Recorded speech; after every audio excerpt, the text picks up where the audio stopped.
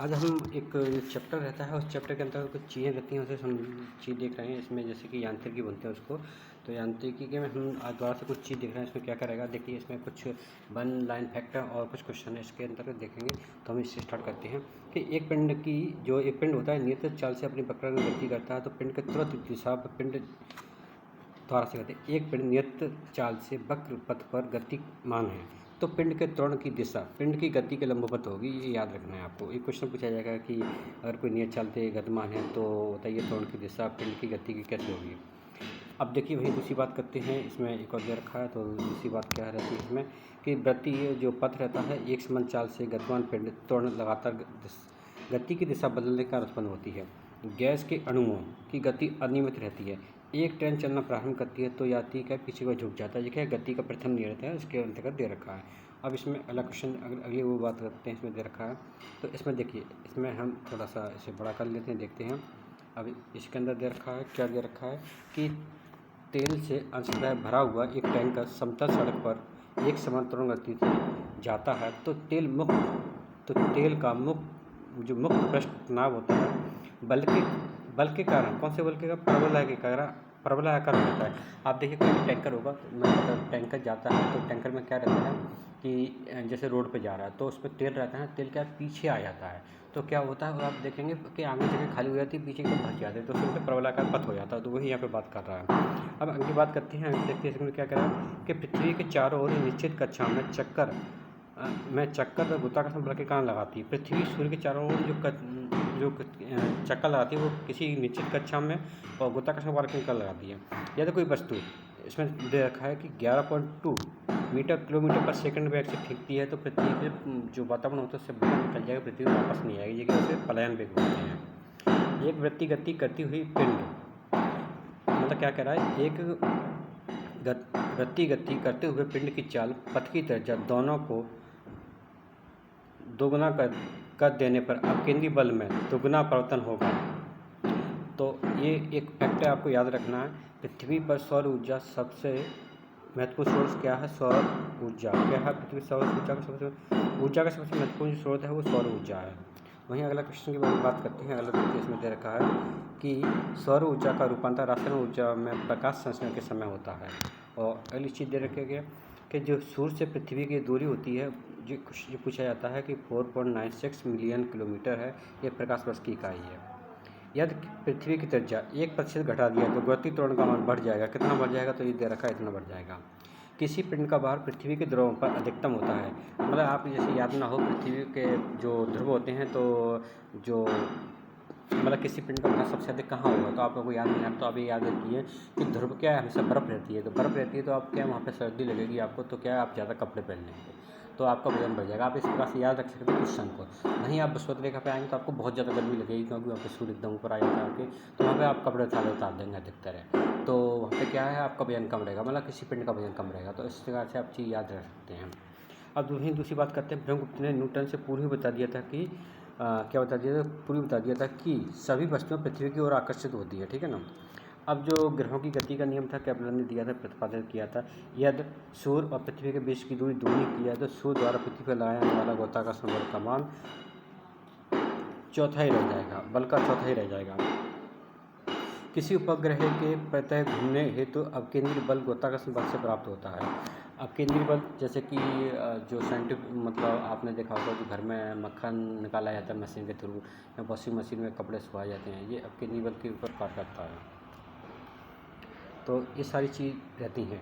वहीं अब बात करते हैं किसी उपग्रह को प्रत्यय घूमने, अच्छा अपकेंद्रीय बल हो गया। अब बात करते हैं दूसरी न्यूटन की गति के प्रथम नियम की बल की परिभाषा प्राप्त होती है। तो पूछा जाता है कि किससे बल की परिभाषा प्राप्त होती है। दो वस्तुओं के बीच की दूरी आधी कर दी जाए तो उनके बीच गुरुत्वाकर्षण बल 4 गुना हो जाएगा। मतलब कह रहा है कोई वस्तु है, उनकी जो दूरी है उसको आधा कर दो, मतलब 1 किलोमीटर पर रखें तो उसको 500 मीटर पे ले आओ, तो वो आधी हो गई। तो क्या होगा, गुरुत्वाकर्षण बल 4 गुना हो जाएगा, बढ़ जाएगा। मतलब इसके जो होता है कि व्युत्क्रमानुपाती होता है, सीधी सी बात है। पृथ्वी के तल अति निकट चक्कर लगाने वाले उपग्रहों की कक्षीय चाल जो होती है वो उसमें दे रखा है कितने होती है, 8 किलोमीटर पर सेकंड होती है। पृथ्वी के अति निकट चक्कर लगाने वाले उपग्रह का परिक्रमण काल होता है 1 घंटा 24 मिनट होता है। जो प्रत्येक सैटेलाइट होते हैं उसका जो एक घूमने का वो रहता है समय, जैसे क्या 1 घंटा 24 मिनट आप याद रखिए, सबसे बेहतर ऑप्शन ये रहेगा। यदि पृथ्वी अपनी जो वर्तमान कोणीय चाल से 17 गुनी अधिक चाल से घूमने लगे तो क्या होगा, जो पृथ्वी पर जो भी वस्तु है उनका वो बिल्कुल एकदम भारीहीन हो जाएगी, मतलब वहाँ पे गुरुत्वाकर्षण बल महसूस नहीं होगा। अब हम क्वेश्चन कर लेते हैं, कुछ क्वेश्चन दे रखे हैं कि क्या क्या क्वेश्चन है, देखते हैं। तो क्वेश्चन जो इम्पोर्टेंट है आए हुए क्वेश्चन है,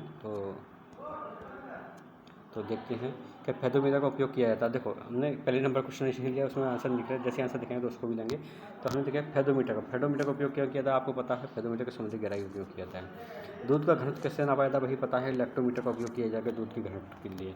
तो ये क्वेश्चन बहुत इंपॉर्टेंट है। अब बात करते हैं कि जो क्वेश्चन है, क्वेश्चन नंबर पहला, किसी बल्लेबाज द्वारा क्रिकेट की गेंद को मारने पर गेंद समतल जमीन पर लुढ़कती है, कुछ दूर लुढ़कने के पश्चात रुक जाती है, गेंद रुकने के लिए धीमी होती है क्योंकि। अब इसमें आंसर दे रखे हैं, तो इसमें हम आंसर देखते हैं, आंसर क्या क्या दे रखे हैं और उस हिसाब से हम इसका आंसर टिक करेंगे। पहला दे रखा है कि बल्लेबाज ने गेंद को पर्याप्त प्रयास से हिट नहीं किया, ठीक है, वे गेंद पर लगा गया बल्कि समानुपाती होता है, दूसरा नंबर दे रखा है। अब तीसरा देखते हैं कि गेंद पर कोई असंतुलित बल कार्य नहीं करता है, अतः वे गेंद ब्रह्मावस्था में आने के लिए प्रयासरत रहती है। ये हमने सी नहीं पढ़ा, लेकिन हम डी पढ़ दिए सीधा बी के बाद में।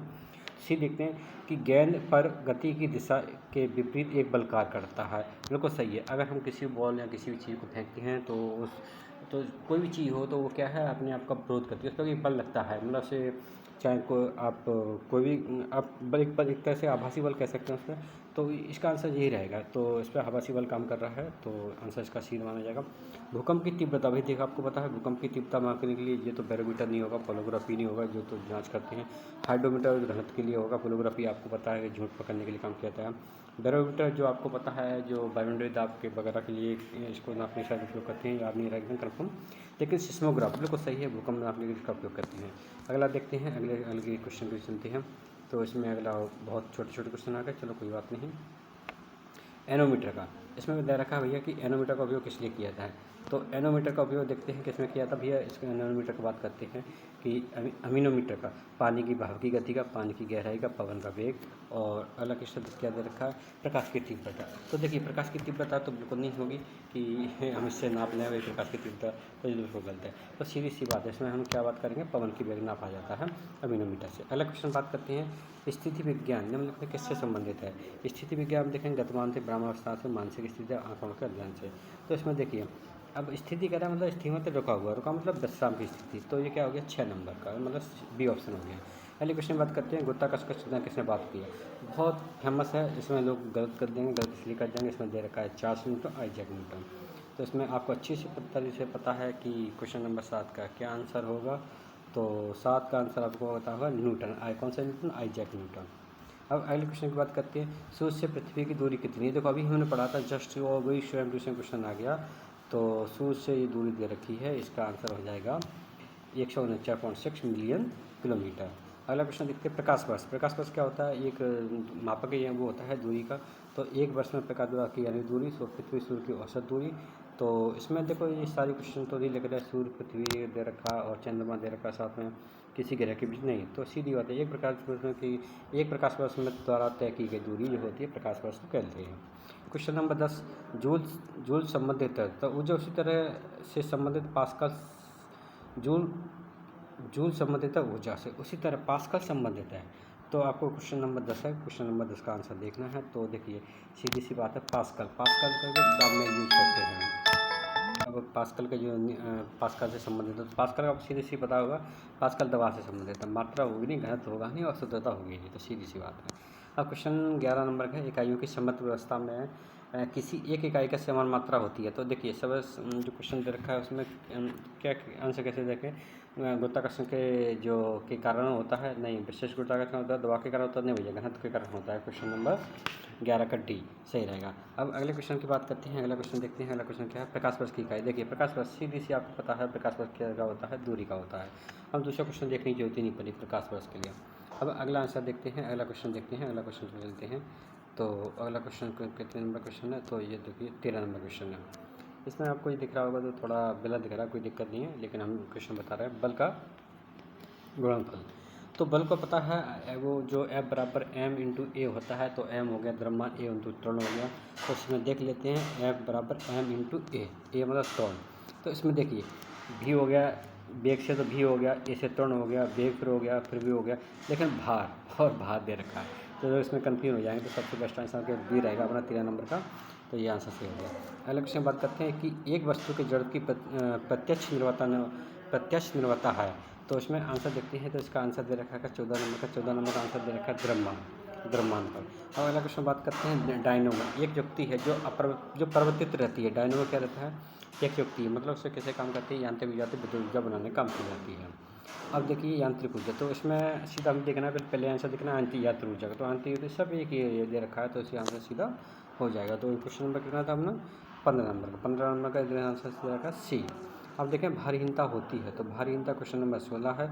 इसमें देखते हैं, देखो भारीहीनता क्या होगी। देखो सीधी सी बात है, इसमें भारीहीनता के इसमें क्या देखें, जब गुरुत्वाकर्षण घटता है, बिल्कुल गलत। गुरुत्वाकर्षण घटेगा तो भारीहीनता नहीं होगी। निर्वात की स्थिति में, निर्वात की स्थिति में कह सकते हैं, लेकिन ये कन्फर्म नहीं है। निर्वात में जैसे कि हम बात कर रहे हैं, जैसे कि कहीं हवा नहीं, जैसे कोई हम एक ट्यूब बनाएं, इसके अंदर बिल्कुल निर्वात करते हैं, तो उसमें कोई चीज़ तैरेगी नहीं, हम उसके अंदर रख दें, निर्वात बना दें, तो नहीं तैरेगी, ऐसी बात नहीं है।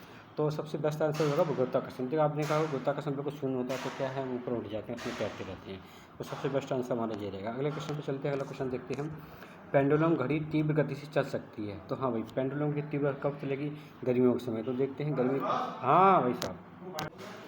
हम अगले क्वेश्चन की बात करते हैं। इसमें दे रखा है कि आपने जो बरसात के समय कि जो घड़ियों की जो पेंडुलम की लंबाई हो जाती है, वो बरसात के समय सबसे ज़्यादा लंबी हो जाती है। नहीं, बरसात के समय नहीं, ग्रीष्मकालीन के समय। तो इसमें ये ऑप्शन रहेगा, ऑप्शन नंबर ए सबसे बेस्ट ऑप्शन रहेगा। ग्रीष्मकालीन में इनकी लंबाई बढ़ जाती है। नहीं, इसमें हम बात करते हैं कि जो पेंडुलम की घड़ी की तीव्र गति चल सकती है, वो कब चलती है? तो हमने ग्रीष्म ऋतु में गलत बोल दिया, ये आंसर इसका नहीं रहेगा। इसमें बात करते हैं शीत ऋतु में सबसे तेज़ चलने लग जाती हैं घड़ियाँ, और गर्मियों में ऐसा लगता है कि बहुत धीमे धीमे चल रही हैं। तो ये हम आंसर गलत बोल गया, तो इसका आंसर बी रहेगा।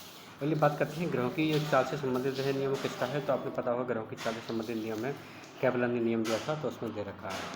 शुष्क बैटरी में कौन सी ऊर्जा होती है? शुष्क बैटरी में आपने देखा होगा जो उसमें रासायनिक ऊर्जा रहती है शुष्क बैटरी में। क्वेश्चन नंबर 19 का दे रखा है ए, रासायनिक ऊर्जा। अब अगली बात करते हैं इसमें है, तो अगले देखते हैं किसी रॉकेट को पृथ्वी से पलायन के लिए न्यूनतम कितनी ऊर्जा की आवश्यकता होती है? तो हमने इसमें पढ़ा था, तो जो ऊर्जा होती है वो कितनी रहती है इसमें? क्वेश्चन नंबर अपना दे रखा है। क्वेश्चन नंबर सबसे पहले देखें, 20 नंबर दे रखा है। तो क्वेश्चन नंबर 20 में दे रखा है 11.2 किलोमीटर पर सेकंड की स्पीड रहती है, जो कि पलायन के लिए न्यूनतम ऊर्जा होती है। अगले क्वेश्चन की बात करते हैं। एक व्यक्ति का भार उस लिफ्ट में अधिक होगा जो, अगर जो लिफ्ट स्थिर वेग से ऊपर जा सकती हो, और दूसरे में क्या है, स्थिर वेग से नीचे आ रही हो, और त्वरित गति से ऊपर की ओर जा रही हो, त्वरित गति नीचे की ओर जा रही हो। तो इसमें सबसे अच्छा क्वेश्चन रहेगा क्वेश्चन नंबर 21, आंसर इसमें सी रहेगा कि अगर वो त्वरित गति से ऊपर जा रही हो तो उसका क्या वेग अधिक होगा। अगर वो स्थिर वेग से आती है, तो स्थिर वेग में कोई भी चीज़ क्या रहती है, एकदम मतलब उसमें बिल्कुल भारीता नहीं रहती है, मतलब बिल्कुल कम भारी महसूस करता है। अगले क्वेश्चन की बात करते हैं। तो अगला क्वेश्चन नंबर देखते हैं कि क्वेश्चन नंबर कितना है। क्वेश्चन नंबर 24 की बात करते हैं। तो इसमें देखा है कार का मात्रा देखा है। तो कार में देखते हैं, कार में सबसे पहले क्या रहता है, जो कार रहता है क्वेश्चन नंबर 22 का। तो इसमें दे रखा है जूल के, जो जूल रहता है इसका मतलब माना जाएगा। अगले क्वेश्चन बात करते हैं, किसी गतिमान वस्तु की गति को दोगुना कर दे तो ऊर्जा कितनी होगी? अगर किसी वस्तु को गतिमान है तो उसकी ऊर्जा की बात कर रहे हैं, तो क्वेश्चन नंबर 23 इसमें आंसर दे रखा है क्या होगा, चौगुनी होगी। अगला क्वेश्चन देखते हैं इसमें कि कौन सा दे रखा है कि निम्नलिखित में से कौन सी राशि अदिश राशि नहीं है? अब देखें अदिश राशि, तो क्वेश्चन नंबर दे रखा है 24 का आंसर दे रखा है वेग, आयतन और बल। तो इसमें आयतन है वो क्या है, एक अदिश सदिश राशि नहीं है। अब अगला क्वेश्चन बात करते हैं, एक लोलक की काल अवधि होती है। एक लोलक की जो काल अवधि रहती है वो किस पर निर्भर करती है? जो उसके पास जो क्या रहता है, लंबाई के ऊपर निर्भर करती है। लोलक रहता है उसकी लंबाई कितनी है, उसके ऊपर उसकी निर्भर करती है। तो ये क्वेश्चन इसमें आज के लिए पहले कंप्लीट किया। अगला क्वेश्चन देखते हैं। इसमें अभी हमारे 4 कंप्लीट हुए।